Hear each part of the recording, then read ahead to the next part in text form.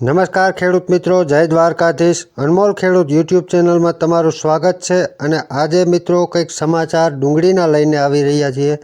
તો શું રહેશે ડુંગળીની બજાર અને ડુંગળીનું ઉગ્ર આંદોલન, જે હાલ મિત્રો અત્યારે ગોંડલ યાર્ડમાં જે રસ્તા અને હાઈવે ઉપર જે ખેડૂત મિત્રોનું આંદોલન છે તેમનું એક વિડીયો સામે આવ્યું છે. તે વિડીયો જોઈ લે મિત્રો.